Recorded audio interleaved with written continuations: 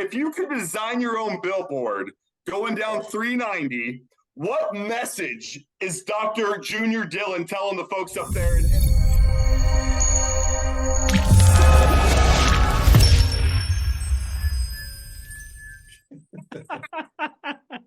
All right, man.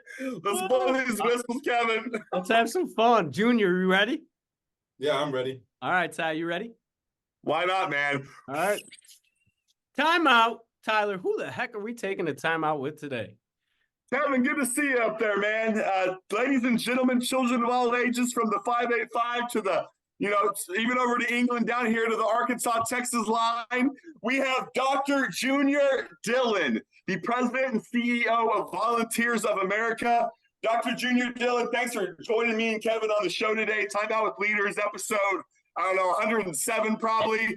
And I just want to ask you, man, if you could design your own billboard going down 390, what message is Dr. Junior Dillion telling the folks up there in the 585 this morning? What am I telling them this morning? Yeah. Well, I want to be, very, very thoughtful about the type of time that we're living in, actually. So I'm going to be like, listen, listen, pay attention, observe, and lead with compassion and love. I love that. Let's talk about love. We'll get into that in a little bit, because that's a big word that doesn't really bring its way into business too often, oddly, despite us working so closely together. So, Junior, I have to ask, I mean, you have that worldly view. You come from England originally. What if we caught you singing in the shower this morning, your favorite song, what song would that be? Oh my God, man. I'm always, what would I be singing? And so, this would be like my one song, actually, that, I would have for me for the rest of my life if I had to have one song. And it would be, I don't know if this is the name of it, but Desiree, you gotta be bad, you gotta be bold, Yeah. you gotta be wise. So, yeah. I mean, to me, it's all about, being inspired. And so that's what life is about, whether it's listening to somebody, whether it's an elder in the community, whether it's a baby to a 4-year-old, we can learn from everyone, and every moment is an opportunity to learn. So it's about being inspired and being in the right mentality to receive whatever lessons are coming your way. Dang. Speak some truth. Yeah, man. I want to ask, how are you so present? We've been talking for 6 minutes here, and you just seem glued in, man. Like how do you do that? How do you? I'm going back to the song, man. It's because you gotta be. you gotta be, man. And it's really about the the and yeses instead of the and buts. So how can we layer on top of each other? None of us get here by mistake. There's work and things that have happened that have cultivated or created an environment that we get to exist within. And so it really is about, how can we now contribute to that and honor those that have come before us. And even in those situations that have been challenging, right, difficult, or what we deem negative, they're all situations that have created the environment that we live in today. And so, yeah, so I'm thinking about role is in that. I absolutely love that perspective, because it's almost like the pessimist versus the optimist, right? And it's kind of, do you take that failure as a scar and be able to talk about it later, or do you continue to open that wound and keep the wound open without learning? Do you find that most people fail to reflect, and that's why we're kind of just aimlessly walking sometimes and not really taking it in? That's a good point, what you're making there, good question. I would say that that's actually, you've identified what true failure is. True failure is not being in a situation that you didn't succeed or didn't get the outcome that you had planned for. True failure is when you don't self-reflect, when you don't have that awareness, right? We have to be able to be willing to be vulnerable. Being vulnerable oftentimes means facing up to situations that we may think bring us great shame. Right? So being willing to take that risk, to be vulnerable, to put yourself in a situation where, you might not fail. You might fail, you might not succeed. You might not get the outcome that you'd hoped for, but it's all about learning from that, right? If we think about someone like Steve Jobs, he probably failed tons of times before he succeeded, right? And that's why those wasn't true failures. It was the willingness to learn from those situations to build something. And I think when we think about business and we think about community, charity, and where all those worlds collide when we think about human services and nonprofits, because it encapsulates all of those things, it's to really move the needle forward. We also need to be willing to fail or not succeed in the way we had hoped in some of the things that we create to serve the greater good, because those are the situations that we're going to learn from, and that's how we're going to learn really to create value for those people who we're serving. Absolutely. And do you think, just kind of going off of that, it's like my interpretation of businesses, and you bring up Steve Jobs. Nobody really talks about Thomas Edison and Benjamin Franklin and Steve Jobs and even Elon Musk, right? Some of these prolific people, we don't talk about their failures because we're so focused on the output, the outcome only. And it's the same forward view that I see within businesses, that they fail to reflect to really understand what inputs drive those outputs. And it's awesome to hear you say, like, community, business, and charity. I just don't see, right? And Leadership Rochester was a prime example, is that everybody complains about the problem, but very few are willing to roll up their sleeves and work together to figure it out. Yeah, I mean, that's the thing. And you talked about how do I remain optimistic. I would say that, and this is a part of what I bring to an environment like this, where we have 150 staff. I have 8 direct reports. We have over 100 housing units. We have a children's center. We now have a hydroponic farm. We have a elderly center as well out in Webster. So we have real challenges every day when families show up at some of our shelters with nowhere to go. We have reentry services. We know, about sometimes the lack of respect and limited service with some of our veterans as well. So we see all. I say that we do lifespan work because of the from 0 to seniors that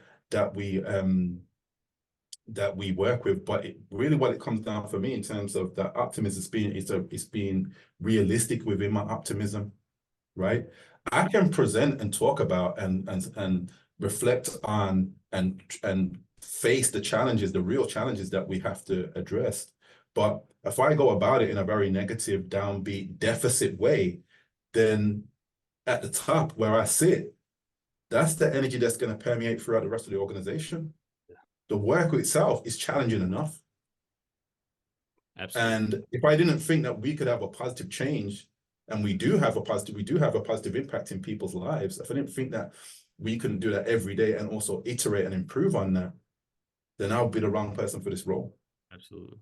So I have to remain optimistic. And also, it's just a privilege to do what we do. I love that. Be there for people. I just love how you're saying it, because if you have that deficit mindset, it carries down and then it turns into blame, right, and excuses, right? And how you said it at the beginning, it's that and yes instead of and but, and I love that, dude. Absolutely. And man, I love your optimism. Like I keep saying, Dr. Junior Dillion, where'd you get that from? Were you born with that, you think? Your family like that? Or you know what it is? Huh? I was saying to a friend the other night, man, I was like, look, man, if we was in a different time and we was in the village, I'll be like the understudy for the sage. I'll be training to be the sage. That's what I'll be. And that's where I would find joy. Because a big part of it is also about identifying where our strengths lie and leading with your strengths.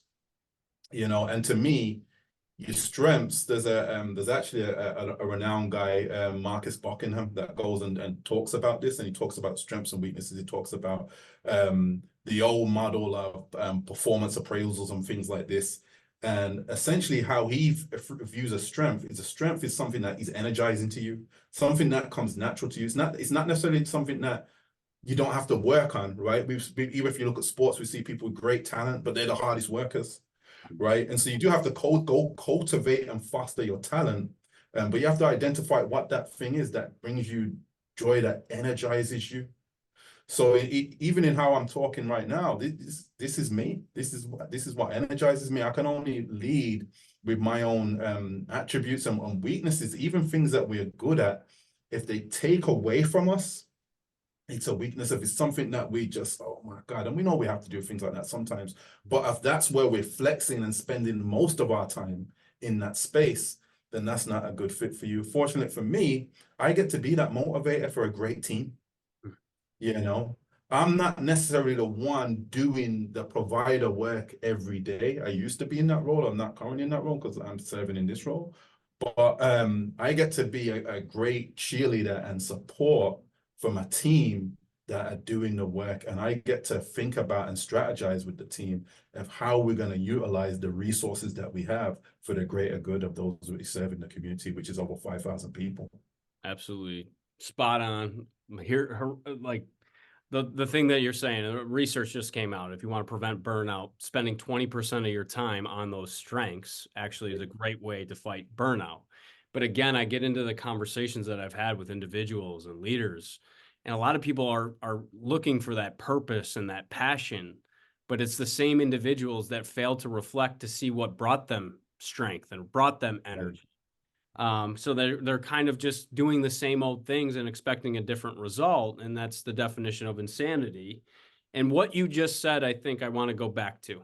When did you realize in leadership as the top of the pyramid, let's say? I think your pyramid looks a little bit different based on what you said. I find you at the bottom of the pyramid serving up.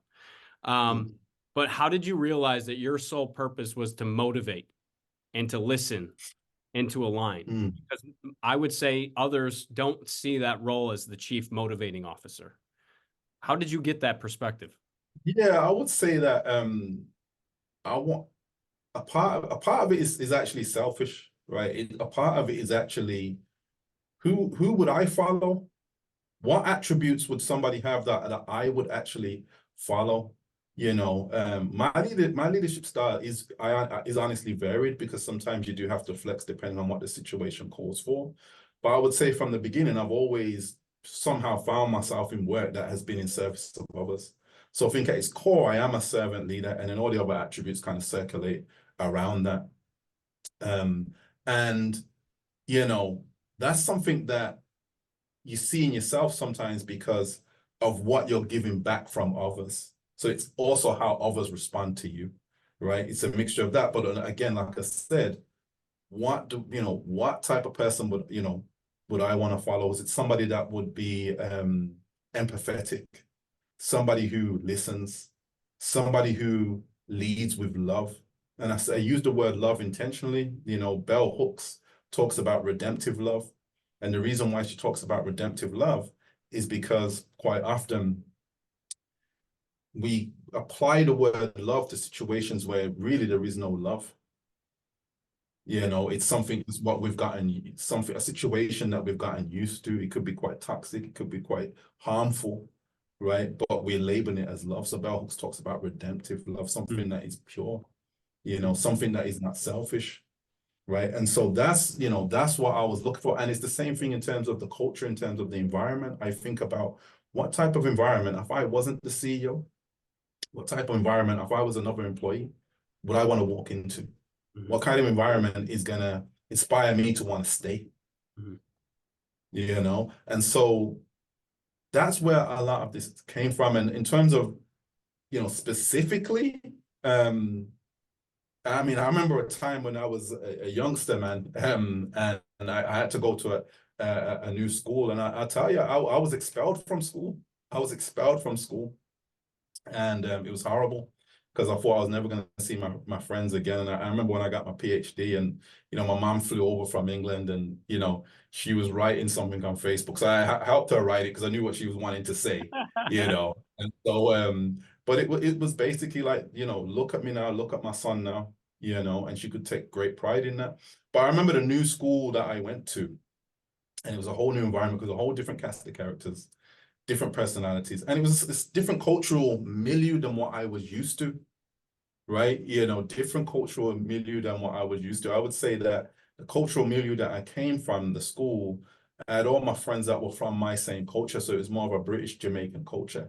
And it was going into a school that had more of, I'd say, traditional British, you know, middle class culture, I would say. So it was a shift for me.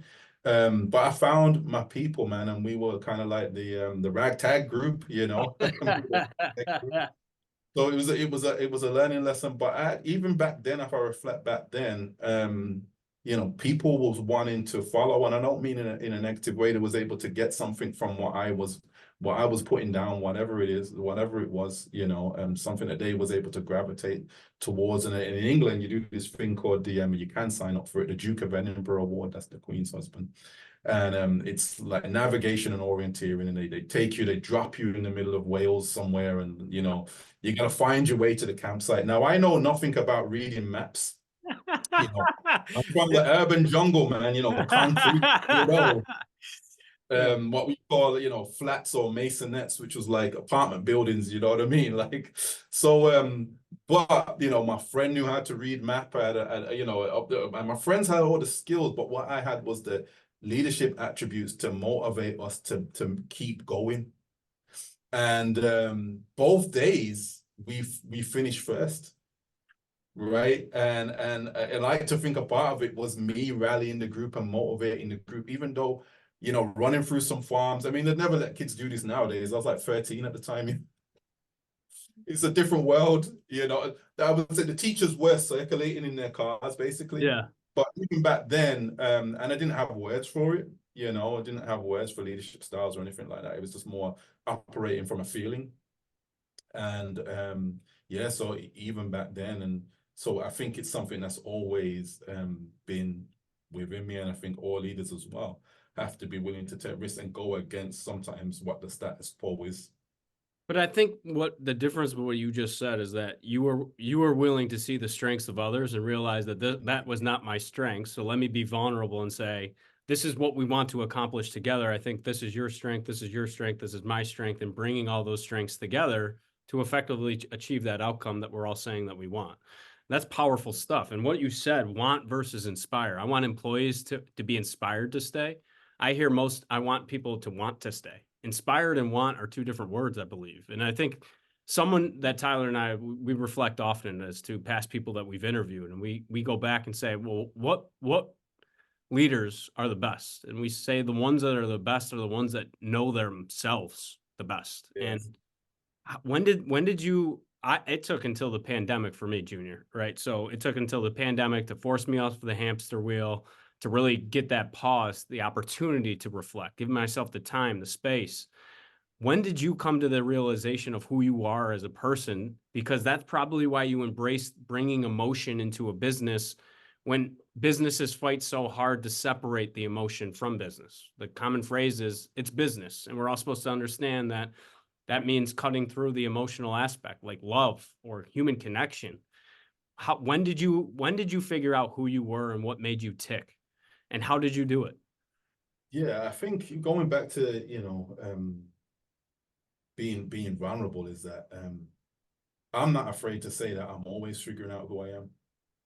Right. And, you know, a great saying that somebody shared with me in terms of a piece of advice is that, you know, you know, I have the right to know more today than I did yesterday, right, which informs the decisions that you make. Right. So I'm willing to put my hands up and say to my team, you know what, you know, let's as a group go in a different direction because, you know, maybe I was wrong, you know, and so that's a big part of it. And the pandemic is an interesting time because I had actually switched jobs for the whole of the pandemic and went from, you know, doing some, let's say, provider slash, you know, leadership type role in a community college setting to going into philanthropy. And it was a good experience, you know, it was a great opportunity to help, you know, some organizations or allow them to have access to things that that would help them, right? Because they do a lot of the work. But it also allowed me to see a lot of different leaders as well and how they lead. And sometimes, you know, seeing others helps you hold up a mirror towards yourself. Yeah. And like I said, it was something that was inside of me. And that period really, woke me up to say, this is something that I should be doing. Hmm. It's nice being on this side of things and helping people have access. Like, who doesn't want to give out money? It's, that's the, I don't want to say easy. I don't want to knock my philanthropy, colleagues down. But let's just say it's different, right? It is different than actually being here and, and trying to pull all these different complex aspects together and make things happen. So, but with seeing that and being exposed to that did give me confidence. And then it was also a combination of the different skills and different trainings that I bring to the table. I mean, I would say I have a pretty rich, diverse background in human services, from criminal justice. I'm a licensed therapist, to working in philanthropy. I've worked in different sectors across human services as well. So I do feel like I have a lot to offer, and definitely I think finishing up my PhD as well was like a challenge. And so it was also going to be about, well, what's the next challenge, and when this opportunity came about and I read the job description, it spoke to my spirit. It inspired me. I remember writing my cover letter just that instant. I wrote it and it just flowed. It was the most natural thing for me to do. Sometimes, you're writing something, you're constructing it, but it was just so natural.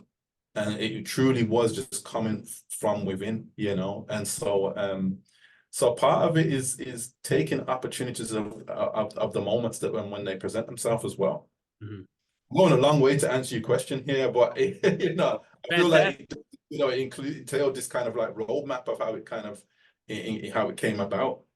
Because I think people sit back and envy when they're like, wow, that person's doing something that they actually love. So you walking through that story shows people that it doesn't just happen, right? It is a journey, and you almost have to embrace the journey, embrace the past experiences, because that is what is telling you what you're ultimately meant to do. It's not like you're born knowing what to do. And I think that's like a facade that a lot of people believe that, oh, they just know what they're to do. I'm lost. And I love it. I love it. And I think the difference is really that selfless versus selfish. And I can see the clear difference in the way that you lead and just the way that you're seeing others, that mirror conversation. It's funny thinking about parenting, right? Somebody told me this the other day, is like your kids is like looking at yourself in the mirror. It is your behavior.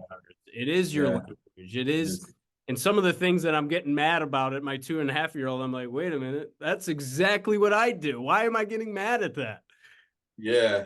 I mean, it's, that's where patience comes in, right? I mean, and some of us have more patience than I must say I'm not the most patient person. I feel like God, the universe, Jehovah, everything wrapped in one, is every day teaching me patience. And, in every moment, whether it's work, personal life, kids, but kids really do need patience. Yeah, they really do. But they are also, some of our greatest teachers as well. I learn from my children every day, and it's funny because sometimes you see yourself, but you also see them.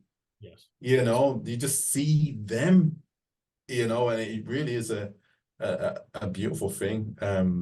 And they teach you, if I get upset, I'm upset about something, my kids will call me on it. Yeah. You're right. You just right.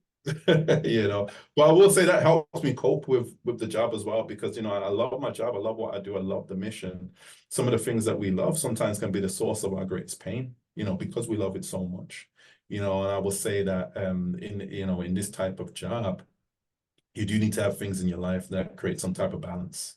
Mm-hmm. And kids, selfishly, even though they do care, a part of them doesn't care because they're kids, you know what I mean? And so they demand your attention and time. And so, but it is good because it's a good way of just kind of like breaking away and separating from the slog of the day to day. Sometimes, some people often ask, isn't that another stressor? Well, yes and no. It's different. That's what I would say. Exactly. Yeah, I got my 2.5-year-old telling my wife and I no phones, and I'm like, yes, thank you for teaching us. Yeah, that's I funny. promise it's just one thing that I'm doing. Well. Yeah, and I'm like, dude, how the hell do you know that? But I think they just have a great way of communicating in such simplistic emotional ways because they don't know how to articulate their emotions yet. So their words are totally different, and it allows us to reflect. Tyler's still learning. Ty, I could talk to Junior all day. I want you to get a couple questions in too, my friend. I got like 9 questions written down over here the past 10 minutes, man. And and with kids, man, that imagination that they have really sparks me up, that curiosity.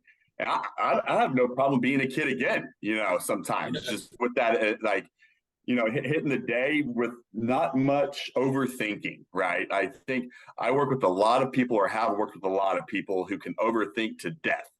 And once they see my way, they're like, "Are you kidding me? That's it?" And I'm like, "Yeah, man. This is enough for me." But Junior, I wanted to ask you, out of all those tools you mentioned, from your PhD to your, all the tools you mentioned, what is most paramount to you in your day to day? Would you say? Oh man, I think that one of my greatest strengths, and I think that one of that I've been able to really hone in on and utilize in this space is people management skills. Again, my job is to help the team. I'm going to use an expression here: show themselves. It's something that I say to myself anytime I'm about to do something. I'm saying, I don't ask to be the best. I don't ask to be the greatest. I just ask to show myself. And so that's ultimately, what my job is to have them show themselves, show up and be the best that they can actually be, because there's a reason why they're here. And so, with that being said, it really is a big part of it is people management. And so, not that everybody that I work with is in need of some type of clinical support, but being trained as a therapist and having that training actually does help in this type of environment. So yeah, working with people every day, that helps, both internal and external. Right, man. And I think you hit it on the nail on the head when you keep saying, the vulnerability stuff, right? We hear that word all the time. And that word reminds me of, like, when you work with someone who are part of someone's life that has to be right all the time, just makes me sleepy. It makes me exhausted. And I love a leader who, like, comes out, flats out, and says, "I don't know the answer. Well, let's all think about this." That's when that really start jiving with folks, when they open up a little bit and they're cool with not being cool. It's the I don't know. I think growing up in the 90s, especially, you saw this like I'm never wrong type thing, and I know I met a couple guys who really didn't care about being wrong, and then I was like, wait, I can do that. And the more I failed, the more I got to know what I was good at, because like I'm such a competitor. I'll try to be good at anything. And you I don't know, for me, at least I stuck around in the wrong neighborhood for way too long because I thought I had to prove myself to be something that, really wasn't in my wheelhouse in a way. But, and to me, the smartest man in the room is the guy who failed the most, the lady who failed the most. They start speaking from the chest there, just like you're doing, Junior. I can tell you've been through it, man. You got expelled from school, man. That's pretty darn cool to me. Like, yeah. You gotta I was always getting in trouble in school, man. I was always getting in trouble in school. And then the funny thing of it is, I'm not, then I spent, most of my life in school. Absolutely. But then how quick is that? But then how quick were you labeled as a problem, right? As a challenge? Oh yeah. Oh, I was labeled as a problem, like, exactly, very early on in school. And I think about my mom and what I put my mom through. My mom, at the time, really being a single mom and having to, come and get her, unruly child from school sometimes, and where she's got to, leave work, and it really helps me reflect upon, and I take those experiences into what I actually get to do today, because again, if paralleling that with the families who we serve, we know 1 out of 4 people in the city residents, have transportation, which means that most of the people we serve have to use public transportation, right? That would have been my mom, and so, they're not having those type of jobs, with a, salaried or whatever. And so, leaving work means leaving money on the table, that's for the family. And so, we get to have a role in that and assist those families. One of the things that we do here is we have dental care. right there in a partnership with Jordan Health in our children's center. And that allows the children right there to get that care that they need without having to be taken away from the center, or their parents having to take a day off work. Yeah. And that's one of the Nice. biggest disconnects I think I saw in nonprofits, philanthropy, charity. Businesses want to give money, right? We want to give money. They think money is the solve, but they fail to talk to the people closest to the problem, right? And actually ask what you need. And I think your experience helped you to know, like, what is public trade? It means sitting at a bus stop. You can get in your car, and that saves you the 30 minutes of you sitting at a bus stop. Now, what do you do with that 30 minutes, that extra hour a day, versus what somebody just has to do in order to get to work or get to their appointment? And one of the things that you said that I absolutely love is kind of your show myself, and Tyler said it, vulnerable. I think the reason you sound like you're all about building trust, and you realize that trust is really the only effective way to garner that feedback from that population to tell you exactly what they need. Because I think a lot of people tell them what they need, right? Ultimately, and it doesn't help anyone within the process.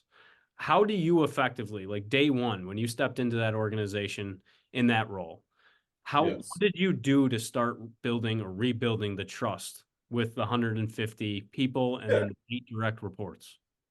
So one of the things that I did was to really show them that I'm just another person. And like I said, it's as real as this for me. It's lead or leave, in the sense of not to be like fatalistic, but in the sense that, when I was selected, I was honest about who I am and what I bring to the table. So that's what I'm going to bring. And so in saying that, it really is about removing the veil between, the White House and the outhouse, and so meaning our administrative offices and our oversights, right, and the people who are doing the work every day.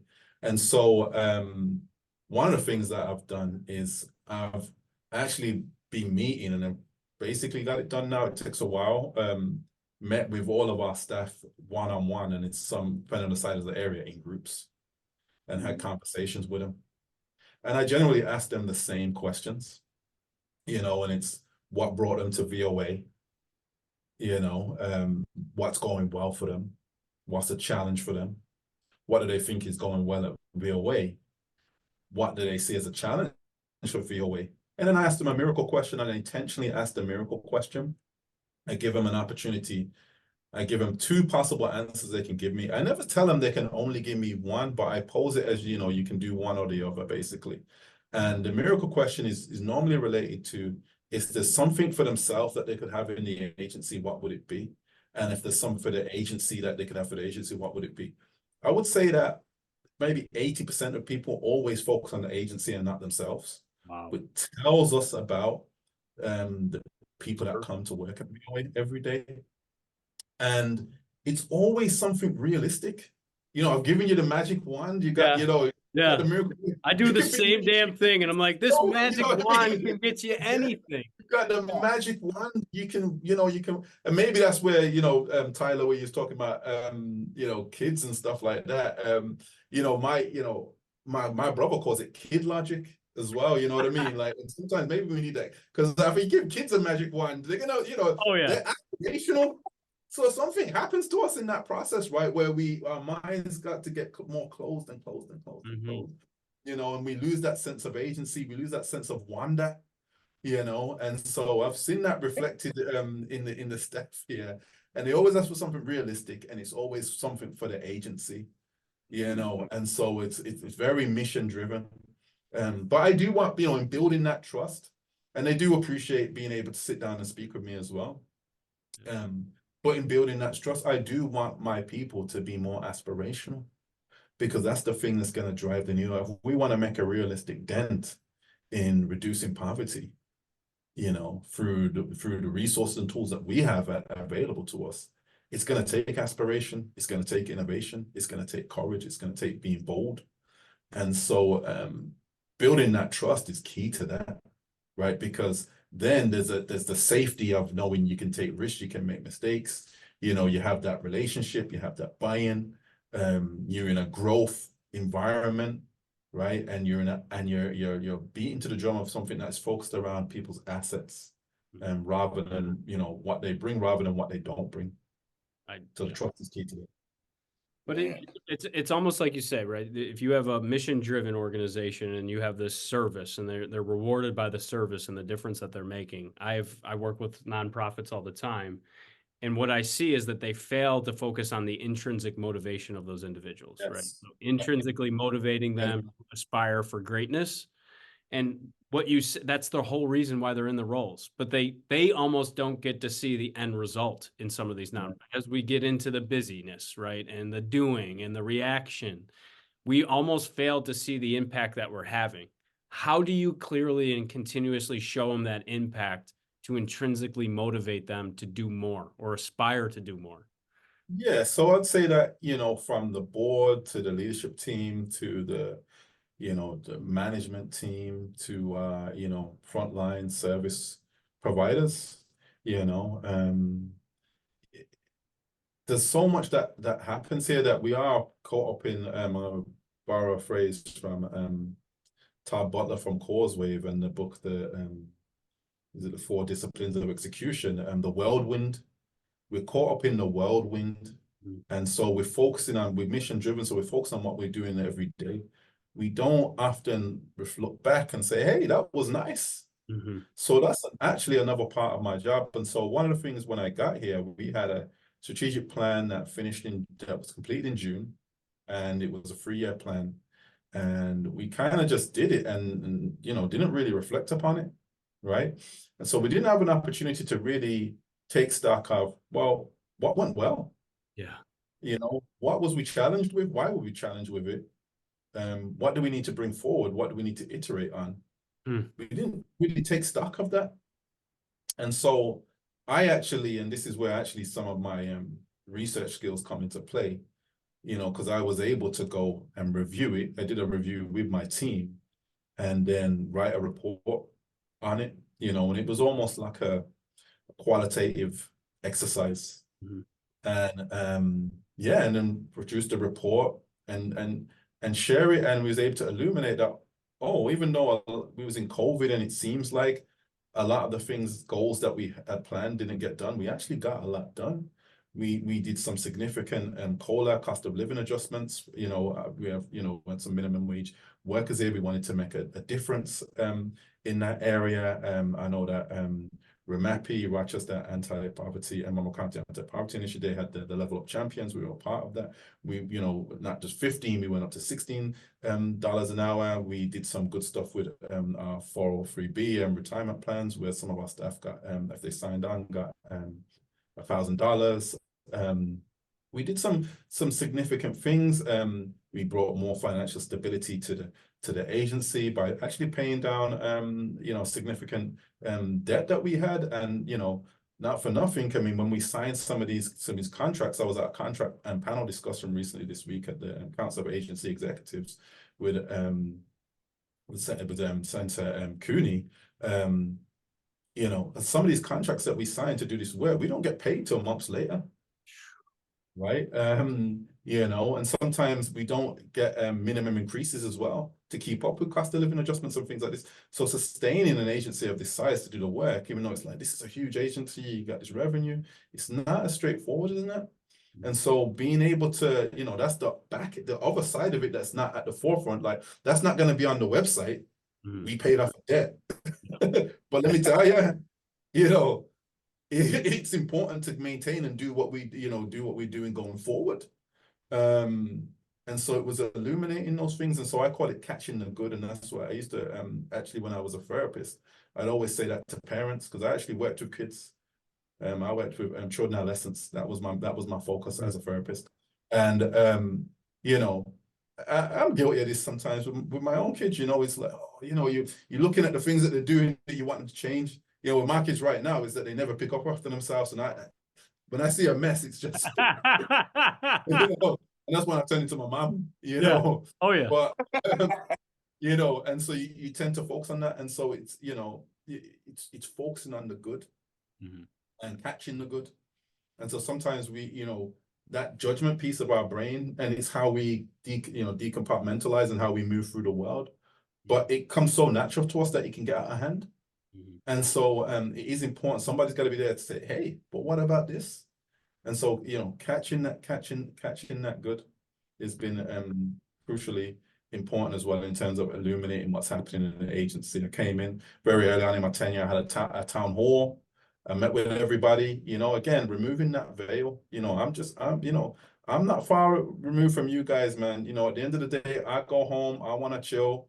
I want to relax, you know what I mean? I'm gonna watch TV, you know, I'm gonna read something, play some video games or whatever, you know, watch I some am sport. human at the end of the day. Yeah, human, you know, and so yeah, so it's removing that, and you know, then people feel that greater connection. Absolutely. Dude, that's awesome, man. And I was going to ask you, like, being a man of service, right? What does that do to your spirit? Yeah, I mean, that's the part of it that we feel, but that others don't see. You know, we speak in these terms, and you know, whatever your, you know, faith is, or you know, if it's not a specific faith, if you just have some kind of spiritual connections, calling something that drives you, whatever it is, you know, I think that we can acknowledge that there's things in this world that we feel that we will never see, you know, but we're very much, you know, we're aware of them. And so for me, keeping my spirits up is critically important. And so that means engaging in things that are life-giving, where I can actually feel that feeling that feels good to me, that feels right to me, that feels authentic to me. Yeah, and then holding space for others to have that opportunity to feel that too is important as well. And that's why in my seat, I have to be the one that points out the positive things that are happening here, so that others have that spiritual upliftment within their work as well. They can feel some kind of positive force within themselves about what they're contributing to. There's something empowering when you can be authentically yourself.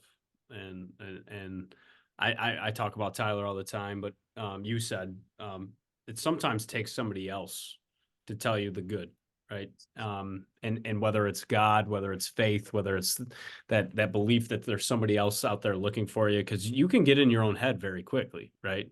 And you can be doing things, and I don't know if it's because of the 90s babies, we were notoriously known as the trophy generation, but we tend to identify our weaknesses quicker than we can identify our own strengths.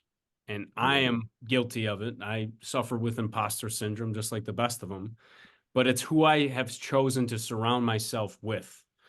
And I choose to surround myself with positive individuals who are authentic. They don't come with a hidden agenda. They're not looking to manipulate me within the relationship. And it's taken Tyler and to identify even what the strength of it is. And Tyler showed me unapologetically that it is 100% okay to be yourself. And that, for the first time professionally, is when I allowed my personal side enter my professional side. Before, I was fighting so hard to separate the two because I thought I had to be two different people. Yeah. Yeah, you said so much there, and it's got my wheels turning there.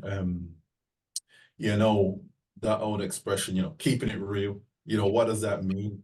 You know, I would say that authenticity, and when people are genuine, it amplifies authenticity and promotes genuineness in other people.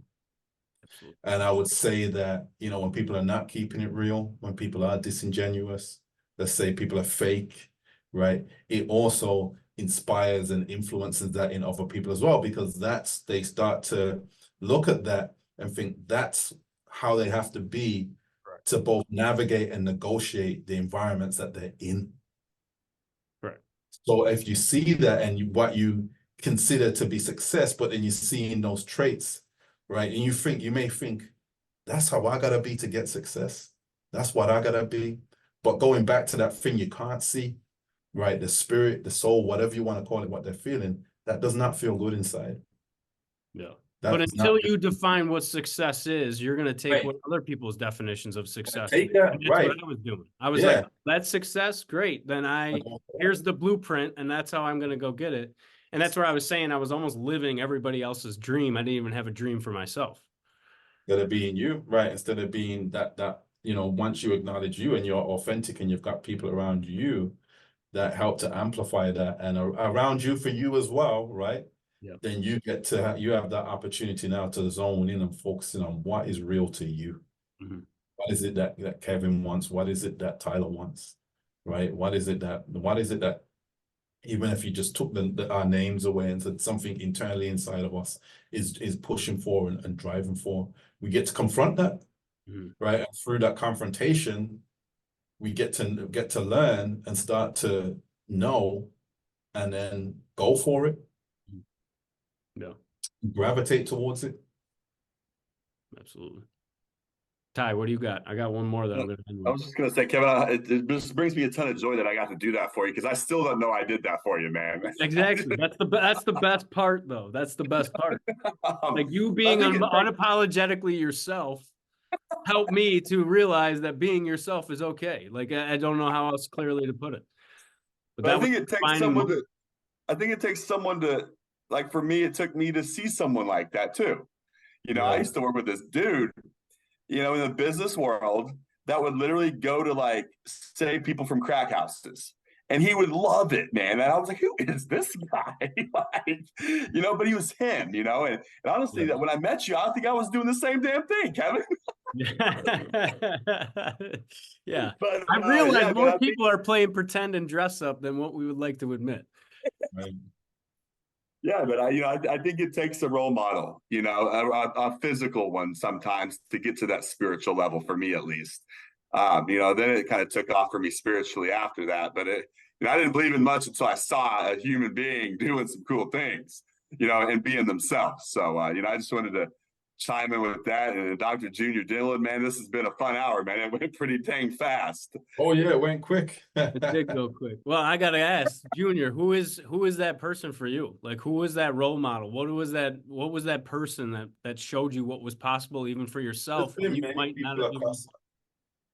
many people across my life that have inspired me and offered some type of mentorship for me. I would say it's kind of life itself being open to learning.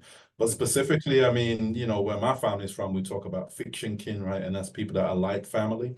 But I remember growing up, I had, you know, kind of an uncle that wasn't an uncle named Semba Jello Rutherford. And, you know, I wasn't going to college. I wasn't doing anything like that. I was actually lifeguarding and working in kitchens. I'm actually a pretty decent cook. And he came and he's actually a godparent to my younger brother. And we hadn't seen him in a number of years, and he stopped by and he was just in awe of me for no reason. I hadn't done anything. He just seen something in me. And he asked me these questions, you know, he's asking me, you know, are you the type of person that likes doing things with your hands? Are you the type of person that likes talking to people? Are you the type of person that likes this? He's asking me these series of questions. I didn't know what the questions was about, but he impacted me because he just took an interest in me. Absolutely. And so that had a profound impact on me. And I didn't know at the time, but as I was answering the questions, it was actually triggering my thoughts to think about what type of person am I? What type of things am I interested in?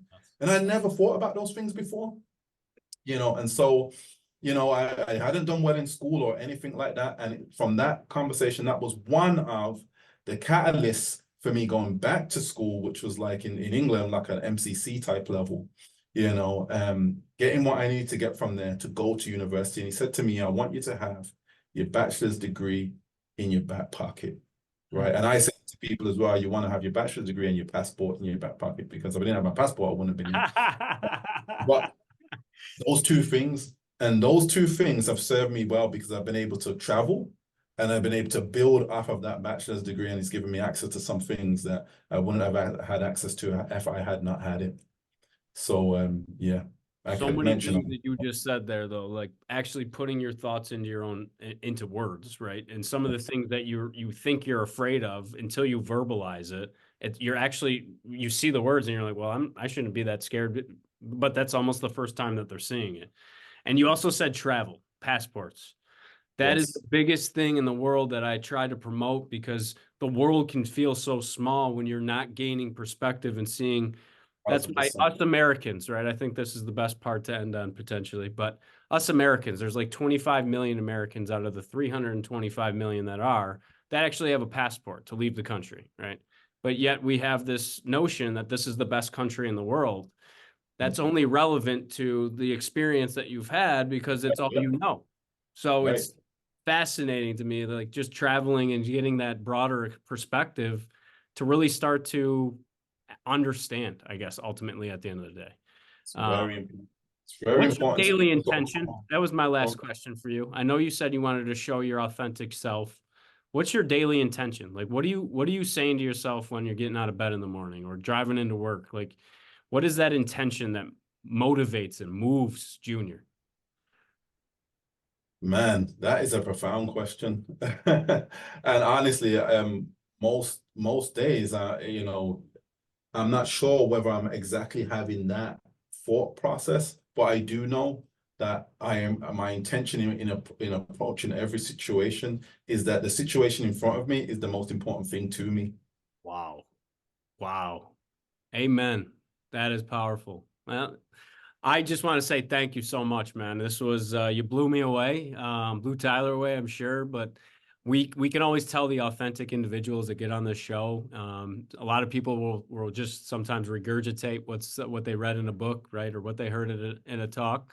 But this is real proof that you are making a difference. And I just can't thank you enough for being in our community and looking to use your God-given strengths to be selfless and truly make a difference within the lives of others. So thank you. That's why we do this show. And I can't thank you enough for agreeing to be on it. Thank you. Thank you. I mean, thank you both, man. It's been the time went by, you know, super quick. You guys were fun to talk to even before we got onto the, you know, the topics. You know, and again, I just want to mention, you know, VOA. If you want to learn more Please. about programs, go to voaupny.org and find out, you know, about all the amazing things that this organization that I'm privileged to be a part of is doing. I'm going to put a plug in for Junior too, because I think you got a big thing Are happening. you talking about the launch of the farm? Yes, I am. Yeah. Oh, it happened. It happened in All right. November. Well, then I knew you were doing. The I know. hydroponic farm, yeah. And so what's happening with that? If you go to the website, you can access the farm from there. Because actually we are looking to get started with some subscriptions as well. But we've actually already impacted 200 families through the hydroponic farm. And this is fresh produce that is produced right here on 214 Lake Ave. Thank you. Yeah, it's a desert once you go in there. I mean, it's only bodegas and liquor stores and now weed. So like, I don't know how people were getting these nutritionists the meals that they need in order to be successful within their day. Thank you. Yeah, thanks, guys. Tyler, take care, man. You do, man. You too.